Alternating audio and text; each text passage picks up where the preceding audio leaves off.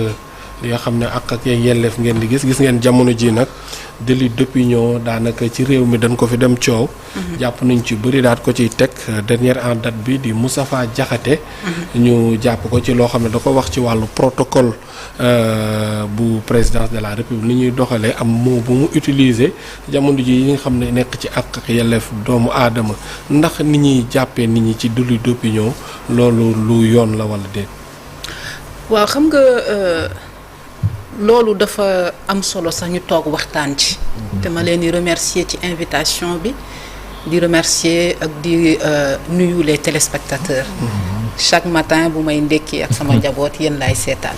Merci beaucoup. Donc information bi jaar na yoon vraiment liggéey bi rafet na. Merci. ONDH par ma voix vous remercie, le professeur Samba Thiam vous remercie. Également les membres du COSC, parce que on fait partie du COSC, collectif des organisations de la société civile pour les élections, avec le professeur Babacar Gueye, Moundiaye Cissé, ma sœur du réseau Sigil Jigéen ñoom ñëpp ñu ngi leen di nuyu di leen ziar. Merci. Alors mbirum article 80 bi déjà dama jàpp ne on est dans une république démocratie moo fiy dox. Mais ni ñu ko tàmmee di wax démocratie ne veut pas dire tout et n'importe quoi réew moo gis ay loi ak ay articles ay dispositions ñoo ko lal bi ci gën a kawe sunu réew mooy la constitution boobu nag li mu tënk dafa bari les libertés les droits loo xam ne la dañ koo war a respecter dans ce pays là l'article 80 bari na coow. balaa ñi fi nekk ci nguur gi di agsi dafa am luñ ci waxoon ba ñu bëri àndoon ceeg ñoom maanaam que article bi baaxul dañ koo war a dindi waratul bokk ci sunu ordonnancement juridique et judiciaire article mi ngi fi ba tey. rawatina premier ministre. article mi ngi fi ba tey bi ñu demee ci dialogue politique bi waxtaan nañ ci.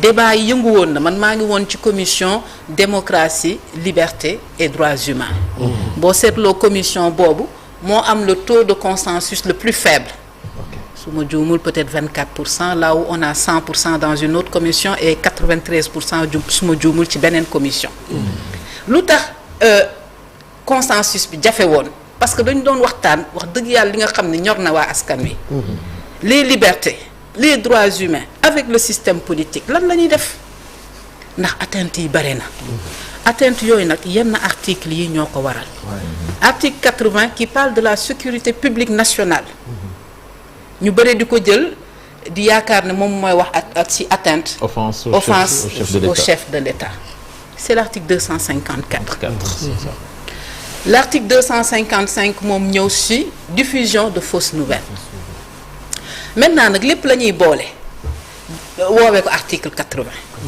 waaw article boobu. sa article 80 dooguma la ci ay jamono président Ablaye Wade pendant ses 24 ans d'opposition lu bari moom lañ doon teg ci ngàllam pour téye ko atteinte à la sûreté de l'État. absolument te loolu dafa yaatu xam nga des fois ñun en droit problème bu ñuy am difficulté bu ñuy am mooy que les termes juridiques notions yi dañu vague tey bu ma la waxee offense au chef de l'État ana définition bi nan lañ koy tënkee est-ce que saaga la est-ce que bind la est-ce que jéem a dem palais de la République sànni fa dara la xam nga loolu kenn kiiwu ko firiwu ko offense au chef de l'État atteinte à la sécurité publique loolu peut-être mën nañ ci am benn idée mais toujours est-il que on laisse la porte ouverte à l'interprétation juge bi mooy firi et en fonction des circonstances mu wax ci lim ci xalaat man dama jàpp ne cet article 80 te bi ñu demee ci débat yi ñun en tant que société civile notre posture était de dire que cet article là soit dañ ko war a supprimer de l'ordonnancement juridique et judiciaire soit ñu xool nun koy defaraate et quand je dis l'article 80 c'est pour que ñi ñuy seetaat comprendre mais en réalité c'est 254 offense au chef de l'État et 255 moom la ñuy jël tënk ko ci article 80 boobu donc tey c'était notre posture mais ba ñu demee dans notre commission en tout cas le débat était houleux juboo amu ci parce que ñi nekk pouvoir nee nañ non article bi il faut ñu xoolaat ko peut-être que mais ce qui diffère un peu de ce qui avait été dit précédemment. C'est là où le bas blesse. waaw parce que bàyyi ma terminer proposition ñoom ne article bi daf fi war a jóge waxtaan bi sorewul. Il a fallu que la société civile qui était là et d'ailleurs là dañu obligé woon ne leen nañu def ay groupe pour nous permettre ñun ñu bañ fa nekk en tant que observateur wala nekk fa pour di légitimer un quelconque rassemblement. dafa am rôle bu ñuy jouer dans cette société là. et il a fallu que ñu ne leen déedéet du ñu toog wër leen ngeen di waxtaan muy nekk un ping-pong entre politiciens. on a demandé à ce qu'il y ait des sous-groupes dont le sous-groupe de la société civile. bi nga xam ne Moundiaye Cissé moo ko jiite woon. avec ma sœur qui est sociologue qui était là Céliba moo nekkoon voilà donc ñu dem waxtaan suñu biir def ay propositions concrètes et même ñaari camps yi bu ñu juboowuloon ñun ñoo leen di woo ne leen kaay leen ñu diisoo ci pet ñu waxtaan donc on a joué un rôle vraiment extraordinaire j'estime au cours de ce dialogue dama bëggoon rétablir ce point là parce que am na seen benn invité bu ma déglu il y a quelques jours boo xam ne xawoon na jéem a nasaxal tuuti l'intervention de la société civile. alors mooy li may wax léegi ma ni là où le bas blesse mooy selon qu'on est au pouvoir ou dans l'opposition loi yi da nga koy jël interpréter ko nu mu la arrangé. Absolument. Gis nañu ci ay jamono ay opposants yi nga xam dañ leen daan bu ndoxataal sukkandiku ci article 80 boobu. ñu jëkk ci ñi nga xam ne ñoo fi jóge woon nekkoon au pouvoir muy le régime de Macky Sall ak ñi nga xam ne mooy ñoom président Diomaye. ku wax maa nga posté. maa nga wax dara ñu jël. tëj ci kaso bi ñoom ñi dañu woon bu ñu ñëwee. lu mel nii dina changer. mais pouvoir daal dafa mel ni boo ci ñëwee. posture bi ngay am. ak bi ngay am boo nekkee opposition du bokk. lan mooy problème bi alors que ça vraiment lu ñu war a mën a régler la une bonne fois pour tout au Sénégal. gis nga lii lu ñu war a mën a régler la rapidement d'ailleurs. et man personnellement je le dis pratiquement plateau bu ma dem. Je trouve que les conclusions des assises de la justice waroon nañu tey gis au moins les prémices et les débuts d'exécution ndax un an plus tard c'était en mai 2024 yàgg na de.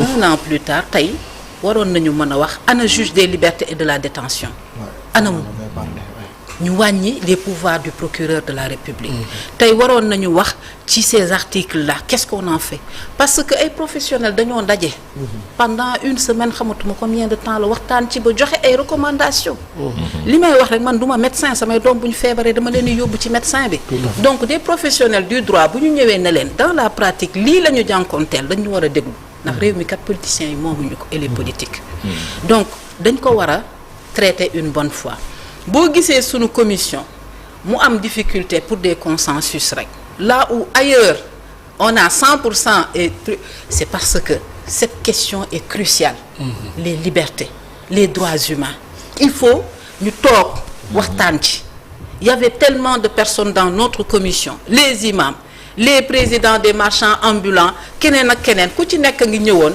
ak say demandes personnelles on a même parlé de l'arrêté Ousmane Ngom là aussi pareil il n'y a pas eu de consensus réellement certains ont dit il faut l'enlever la liberté de manifester d'autres ont dit nan ko fi bàyyi parce que Sandaga parce que le palais de la République dañ ci war a waxtaan en comité réduit ou pas mais nañ ci waxtaan. Qu'est-ce que vous avez proposé concrètement Cheikh Balma qu'est-ce que vous avez proposé concrètement parce que aussi mënuñu bàyyi nit ñi au nom des libertés ñuy jël lu leen neex di ko wax président wala boog une institution quelle qu'elle soit. Alors concrètement la posture aujourd'hui en tout cas la mienne est de dire que cette disposition tey elle est caduque parce que disposition boo xam ne la mi ngi fi depuis le code pénal de 1965 maanaam colon bi ba muy dem moo ko fi installé celui-là qui était là nekkoon fi en l'occurrence la France il y a quelques années dindi nañu le délit d'offense au chef de l'État je crois que c'est en 2013 su ma juumul parce que la Cour européenne des droits de l'homme dafa ne leen lii waratul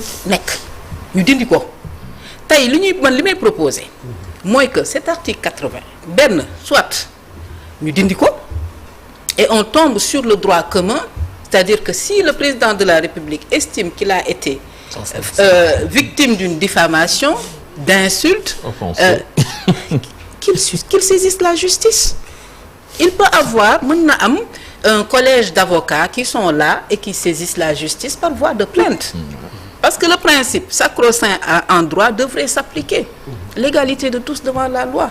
Même si, parce qu'on est député, parce qu'on est président, il y a des fonctions qui font que vraiment peut-être mën nañu am une attention particulière sur la personne. Mais pour man, cette disposition aujourd'hui, elle est caduque. Dans de grandes démocraties, cette disposition n'est plus là. Donc mënuñu bàyyi ku ci nekk wax lu ko neex. Mais man mii voilà, il faut l'encadrer. Donc buñ ko mënul tey dindi abroger ko.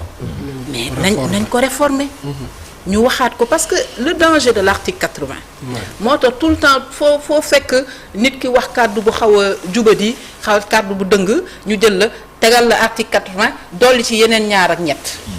le problème avec l'article 80 mooy dafa bokk ci disposition yi nga xam ne je crois que ça part de l'article 56 jëm 100 yi nga xam ne bu ñu saisiree juge d'instruction bi si le procureur le parquet fait des réquisitions motivées allant dans le sens de ñu jël nit ki téye ko tëj ko mandat de dépôt le juge d'instruction est obligé de suivre. Ouais, absolument. amu ci droit de regard moo tax fu ne nga fay gis article 80 dafa bokk ci disposition yooyu. waa léegi mandat de dépôt yi duñ ko wàññi prison yi fees nañu. nit ñaa ngi fi. dañu war a privilégier le placement sous contrôle judiciaire. man waxuma ne ku ne wax lu ko neex te duñ la topp. dama ne nañu xool nuñ koy defee contrôle judiciaire doy na boo bëggee juger nit ki nga woo ko. bu loolu weesoo. mën nga téye passeport am dans le cadre du contrôle judiciaire ndax ñun ñëpp suñuy njaboot ñi ngi fi. ku ci mel ni Jaxate bu génnee dëkk bi fu mu jëm. jarul téye. un rappel à la loi qui est une sanction juridique peut suffire. woo nit ki waxtaan ak moom ne ko ah sëñ bi yow kat li nga wax ëpp na. bu beneen yoon te boo ko waxee xamal ni yoon mën na dal sa kaw. rappel à la loi peut-être même une amende. ndax sénégalais moom boo dóoree ci poosam rek mu wuyu la. maître Sank Madi mi ngi cité exemple Ablaye Wade mais on a l'impression que les politiciens usent et abusent de ces articles-là. Absolument. te souvent c'est contre-productif. comme ni ñu ko waxee day dem ba nekk piège ci ñoom sax parce que ña nga xamee ni lañ koy teg seen kaw ay hommes politiques lañ. te après ils sortent renforcés politiquement. après ça. waaw loolu kay moom dund nañ ko. loolu moo indi nguur mi entre autres moo fi indi nguur bi tegu tey peut-être que utiliser nañu l'arme judiciaire. Le président de la République le président de la République délit d'opinion moo ko dugaloon. voilà te sénégalais dafay sot. sénégalais dafay sot loolooy indi souvent les votes sanctions. ñun bu nit nekkee candidat lu ci ëpp duñu xool sax lan mooy sa programme lan nga diggee pour réew mi dañuy fayantoo ak ki fi nekk. comme moom daf la contre ñun yow la ñuy dooleel yow la ñuy àndal mooy indi souvent les votes sanctions gis nga nit boo ko bunu xatalee rek sénégalais xolam sot mu gunge ko maintenant nag disposition bi buñ ko fi dindee tey il faut ñu wax ñu comment pour la suite continuer ci mbir mi ba nga xam ne nit ñi dañu war a seetaat seeni kàddu parce que le constat au Sénégal c'est que la vie quotidienne dund bi ci boppam nit ñi léegi dañoo agressif mu ngi ci tali bi ci rajo bi et avec la multiplicité l'accès aux réseaux sociaux day amplifier wax ji da ngay wax léegi 30 minutes après mi ngi ci téléphone ñëpp ak télé ñëpp donc daf koy jox une certaine ampleur donc loolu dañ ci war a xool yan matuwaay lañ ciy jël pour que nit ñi xoolaat seen langage mais je ne pense pas que la répression à outrance soit vraiment la meilleure des solutions. Le mandat de dépôt systématique. Alors gis nañu ñu ngi wax ci kaawu Moustapha Diakhaté mais am na cas bu ko antérieur muy kaawu Abdou Nguer. Est-ce que ci wàllu rek wax lu nga xamante ni dañ jàpp ni offense au chef de l'État la wala boog diffusion de fausses nouvelles jar na yóbbu nit en instruction di ko yàggal ci kaso bi alors que ay vidéo yi ñu ngi fi ak lépp lu nga xam ne war nañ ci mën sukkandiku pour atte ko. xam nga man lu ma jàpp waruñu am une justice à deux vitesses. day indi impression kumba am ndey kumba amul ndey.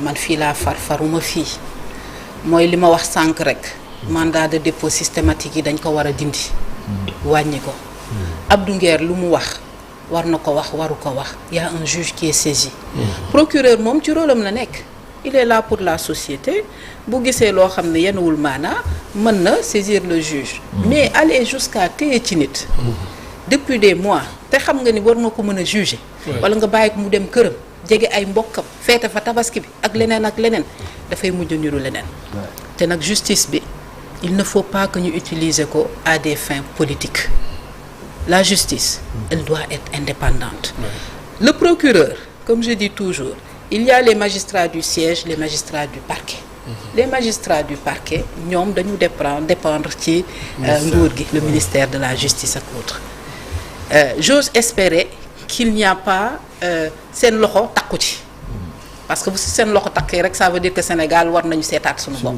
j'ose espérer que procureur moo jël ses responsabilités mais nag dégg naa ne il a fait une demande de liberté de mise en liberté qu'on a rejetée c'était l'occasion de se rattraper bàyyi ko mu ñibbi këram ñu convoqué ko bu ñëwee mu expliquer wu sur les faits yi nga xam ne téye nañ ko te dama jàpp ne yenn ngeen baal ma yenn détails yi vraiment dafay tardel Sénégal gis nga nit toog na liñ naan nit li ko Youssou Ndour di waxee nit ku la mënut a jot xaw ma jéem jotu la day seet ki nga gën a jege mu jaare fa ba yàqal la c'est un peu ça dañuy jéem a yàq te yàq bi mënuñu ko defee neneen bu ñu bëggee fayantoog yow mi yor appareil état nga xam dafa diis mënuñu ko defee neneen lu dul di wax pour des fois jubbanti des fois pour attirer l'attention waaw mais état Sénégal tey war na mën a jublu ci leneen xool leneen lu dul lan la Abdou Nguer wax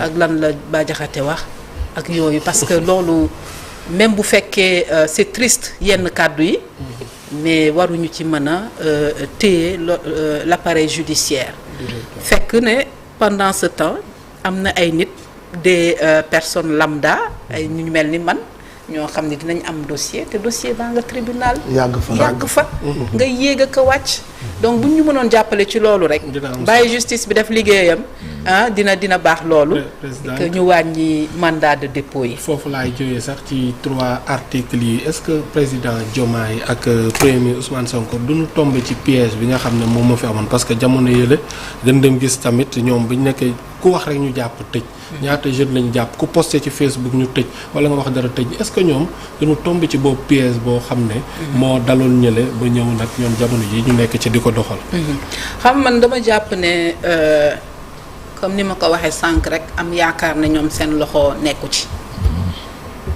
parce que bu ñu jàppee ne la justice est indépendante waruñu sax xoolee mbir mi ci angle président de la République Diomaye ak premier ministre Ousmane Sonko est-ce que duñu dugg ci piège boobu parce que ça voudrait dire que de manière subtile ñi ngi wax ne peut-être ñoom seen loxo mi ngi ci biir justice mais danoo wax ne jugement yi dafa yéex liñ leen di tëj dafa ndaw dinañ leen effacer assemblée nationale après ci la condamnation yu métti yi ñëw après ci la ñu affaire yi tamit tombé waral ay gaaf li ñuy wax waaw mais xam nga yooyu yëpp li koy indi mooy la double casquette bokk ci parti nekk premier ministre kan mooy wax est-ce que chef de parti la est-ce que yooyu yëpp day indi ay difficultés te loolu yëpp mi ngi ci suñu biir këyit yi suñu constitution yi il faut peut-être ñu indi ci ay leeral mais daal li ma bëgg wax mooy man dans toute situation dama ciy rafet njort tant que gisuma ne président de la République wala premier ministre ñoom ñoo woo procureur ne ko defal nii damay jàpp ne peut-être seen loxo nekku ci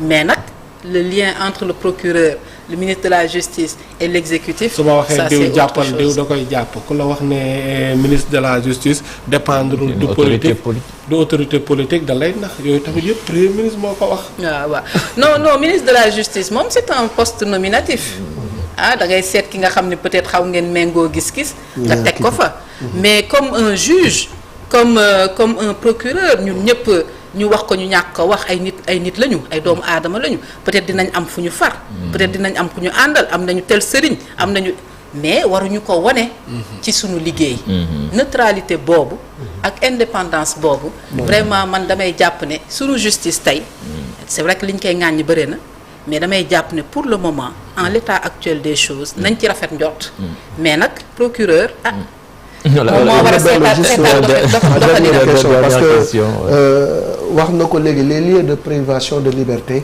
am na liggéey bu mag bu nga xam ne ONDH dina ko ci faral di def. Absolument. ñu gis ni tey jii conditions de détention yi métti na sur population carcérale bi jéggi na dayoo. te ñu ngi continuer di tëj rek. beneen bi nga xam ne moo ci des aussi les longues détentions préventives. nekk une vieille doléance ñu bëri ñu ngi ci kaso yi. ils ne demandent qu'à être jugés. mais dafa mel dañ leen fa fàtte. jëmale laaj mu samante li ñu def amaana bu ñu leen fa àtte woon la ñu fa toog sax duñ ko fa toog. xam nga loolu et je l'ai regretté d'ailleurs mooy que balaa ñu doon dem ci dialogue politique bi. waroon nañu commencer gis les résultats du dialogue des assises de la justice. Absolument. waxtaan nañu ci loolu lu bari. Ouais.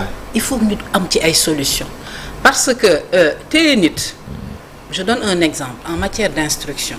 Il y a pas de délai. Ah, c'est ça. Le juge d'instruction kenn tënku ko ci ay délai. ay délai saa yu ko ne. nit ki bu amul avocat dossier mën na fay nelaw pendant 5 ans. Ouais. Et j'en connais beaucoup. amul délai. bëri na ñu ma xam ñu nekk et comme situation. ñoom bariwuñu il y a un défaut criard de personnel judiciaire. juge yi bariwuñu avocat yi bariwuñu greffier yi bariwuñu. ah mais bu ñu déborder dañuy concentrer wu sur certains dossiers yow boo amul avocat boo xam ne de temps en temps mu jaar fa. xool dossier bi fu mu toll demander une mesure d'instruction mën nga yàgg ci prison bi. prison yi doyul. nañu bàyyi li ñuy wax Sénégal prison boo tabax yaa fay jiitu kenn du fa jiitu. dañu war a mettre nit ñi dans des conditions humaines. nit ki même boo ko téyee dafa am des droits. da nga ko war a mettre dans des cellules qui peuvent accueillir des personnes de manière humaine kenn waxul nag ñu defaral leen ay kii 5 étoiles. hôtel 5 étoiles mais paquetage ak yu mel noonu. paquetage c'est bu inhumain. guddi jotee ñiy taxaw ñiy tëdd mais ça dans un pays comme le Sénégal waratu la mën a nekk. On a un espace machallah ce pays est magnifique. On a des espaces qu'on peut exploiter tabax fa ay prisons yóbbu fa nit ñi dans des conditions acceptables le travail d'intérêt général. loolu mën na nekk travailler pour la communauté de manière gratuite yooyu yëpp ce sont des formes de sanctions mais qui ne sont pas exploitées. nañu yaakaar ne quand ce fameux juge des libertés et de la détention nga xam ñun ñëpp ñu ngi koy xaar. bu accès dina permettre ñu wàññi les pouvoirs du procureur wàññi les mandats de dépôt vraiment jéem a am yeneen mesures yoo xam ne mooy gën a amal askan wi njëriñ. que di jël nit ki tëj ko pendant 10 ans bu génnee day réer. boo ko accompagné wul sa boo moytul. day defaat ay mbir pour delluwaat foofu parce que foofu la xam. c'est ça jërëjëf maître Abibatou Samb mi nga xamee ni moom moo nekkoon sunu gan tey c'était très intéressant. ngeen baal ma rek ma préciser ni tout à l'heure on a une conférence de presse à Goodreads à 11h. à 11h. la société civile justement pour wax lan mooy sunu appréhension. par rapport au dialogue politique ma leen di remercier bu baax. ci invitation merci maître ñu yeewi la rek léegi ñu dalal Fatou Blondin Diop nekk coordonnatrice Avenir Sénégal bi ñu bëgg c'est après la page publicitaire. Depuis 20